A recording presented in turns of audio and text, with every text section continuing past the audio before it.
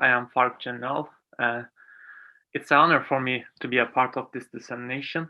Currently, I am working at Yeditepe University, Department of Architecture. This paper is the last part of my PhD studies with my thesis advisor, Professor Dr. Yüksel Demir at Istanbul Technical University, Architectural Design Competing Program. It is titled as Augmented Reality Supported Model for the Use of Local Data in Architectural Design. This study presents a model that aims to enable better understanding of local site-specific data in the context of architectural design. During the design process, architects interact with a variety of data to inform design decisions, and architectural design is closely related to spatial relationships of surrounding data, but it is not possible for an architect to map in mind a great number of data on the location without using a computational tool. When we focus on these needs and the increased amount of data nowadays, it is seen to need a model that can provide a holistic view for architects. So the technical structure of the study is focused on augmented reality's location-based approach that enables to produce constructive relationships between data and location. Firstly, the current state of local data in architectural design is handled by literature research and our observations in the field of architecture, and they are discussed around common medium, data classification, spatial approach to data mapping, holistic view, data visibility, representations with time component, data analysis, taking note and sharing, helping architects and providing expertise. The comparison between the current state of local data and the potentials of location-based augmented reality showed that the advantages of the augmented reality are more than the current state. For this model, a data framework is needed to categorize data, and it has to be organized from architectural point of view. It is sold in the citation shared previous study as a local data framework. In here, you see an illustrated view of it for this paper, and the framework of the local data is structured around a combination of natural and cultural data. Natural data categories and subcategories are held on the left side, and the cultural data categories and subcategories are held on the right side of the illustration in here. As I said, this paper is a part of a comprehensive study that is connected to previous studies. For the technical part of this model, this citation shared previous studies realized. Based on this previous research, this integrated workflow is developed, and appropriate components are specified for the model in this paper. The workflow of the model is extensively explained under the stages of data acquisition, data query, and data display. In the acquisition of data, commonly used methods and different methods which emerge with developing technology are discussed in relation to the model. The query and display infrastructure of the model is explained based on the working principles of studies carried out in the field of location-based augmented reality. Before conceptual use cases, the use of the model is explained in the paper in detail to point out how this model works. According to local data requirements in architectural design and the potentials of the augmented reality, conceptual use cases are selected to explain what this model can provide from the architectural perspective. Their places are fictional, and every use case focuses on easiness that is provided by the model. For example, in here, you can see topographical contour lines and legal boundaries visualized on site. And generally, the architect first checks the current state of the surrounding area and built environment through the site visit. In this case, you can see the presentation of land use and built environment data on site. By observing and considering climate data on site with use of this model, the architect can develop design decisions against natural conditions such as sun and wind effects.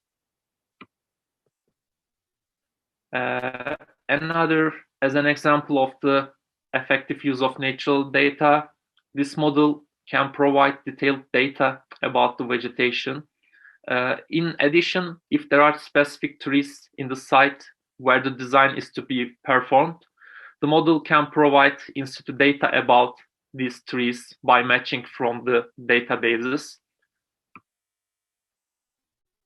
Another case, in a historic preservation area, windows or doors on the existing buildings can be matched from the library of the local door and window styles with the image matching structure that can be developed in the model. This model especially supports interaction with the invisible properties of a physical site. For instance, in here, subsurface infrastructure elements can be superimposed into the view of the model user. And another example, for example, by the vision of that information, architects can get architectural design decisions with the data of annual flood levels, for example. And the model can expose archaeological conservation areas under the sites and can provide extra information about them. It can be helpful while designing a concept approach. In this case, you see that BIM systems can be used for programming the construction stages upon financial or developmental projections with the time component. And the last case, the model can help architects to provide interpreted local data of the site, especially for architects. As an example, legal regulations that generally require a translation from regulation to two-dimensional plan and can be shown on the site in 3D visualization via augmented reality. As a conclusion, this model enables the architect to participate more closely in the exploration of the site during the early stages of architectural design. And using such a model for the exploration of the site supports the architect about common medium, data classification, spatial approach to data mapping, a holistic view, data visibility, representations with time components, data analysis, taking note and sharing, helping architects and providing expertise on site. In terms of architectural perspective and technical structure, the study has been put forward in detail to be applied as a model. And I think this one is the last presentation page. And thank you for your listening. Thanks for your interesting presentation. Question answer time. Any question? Comment? I have a quick question, and it has to do with not just the model, but the interaction possibilities that the model can give to an architecture, to an architect, sorry. We noticed that your examples, as they seem, are very unidirectional. So they really worked as an AR, as you mentioned, output, and that's excellent. And although you mentioned this is a good opportunity for architects to be engaged with the territory, with the place, in fact, considering it's AR, this could be in-office exercise. That means if you have a video of the place or photos of the place, what you showed to us is also possible in office. And that means you could have a whole team researching the area and taking their notes and developing their architectural project. Now, the issue is if you are in fact in context, in real context, to really keep up what I believe is an iPad, although you mentioned the head attached device is also possible.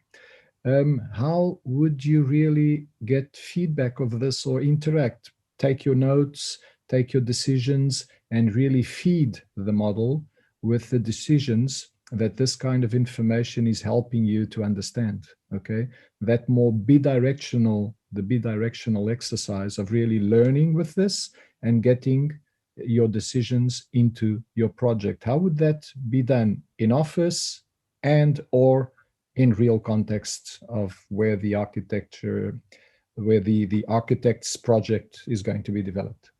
Yeah, while model user in the site visit, maybe they can take some notes with the voice. Maybe they can maybe can be developed a interface with the use of hand gestures to writing something. Maybe they can be solved with the developing technology. Mm-hmm. Okay. And is there an in-office use for this, or mainly what you're expecting is really in the visit to the real context of the project? Is that where this technology should be used? Or are you expecting it to also be used in office for some remote project? Imagine out of Turkey or in some other country, you know? Yeah, it can be done. Especially I can say that maybe we can do this one with the use of drones. I can give you this kind of example. You can fly your drone in a different country and you can visit a site and you can see with the all imposed data on this image. It is possible. But the main things for our research, the use of this technology while visiting the site and for taking the first impressions from the site. And after that, maybe while working in the office, we can think about we have got some data from here we didn't remember, and let's take a look. So it can be used for this purpose. I have another question for you. That's very clear that is a tool, is a model, and a tool that will help architects get aware about the environment and where they are expected to operate. But I'm wondering if you think that your tool, your prototype, will be useful also to empower citizens. For example, in participatory design practice, and if yes, in which aspect your model should be modified to support citizen empowerment? And if you don't think that, for example, you should include also social or community related data. Yeah, with the I understand with the interaction of collaborations use of this one technology, social empowerment, and No, but I mean, do you think that this tool can be used also to empower citizens to to have a better understanding of their place, and also to participate in participatory design activities with the Yeah, architect? I understand that. Yeah. Yeah, it can be used also citizens of the city. And when we have a look to literature's research, generally we can see this kind of application, especially on tourism applications for this kind of things. Also, citizens can add some data to this platform, and it can be provided by crowdsourcing platforms that connected to this system, and it can be helpful for the citizens. Okay, thanks very much. Let's have one question maybe. Well, thanks for the great work. First of all, I think I was really impressed with the different examples. I was wondering, like, what's the front end look like? Because architects are not AR technologists, right? So how do they feed the data into the system so that they can really share and communicate their ideas? Yeah, about the data system, there's lots of problem, and especially on the database problem for the taking data for using in the system. And in this process, it is just a conceptual model. Maybe they can be solved for the realization of this kind of model. Thank you. You're welcome.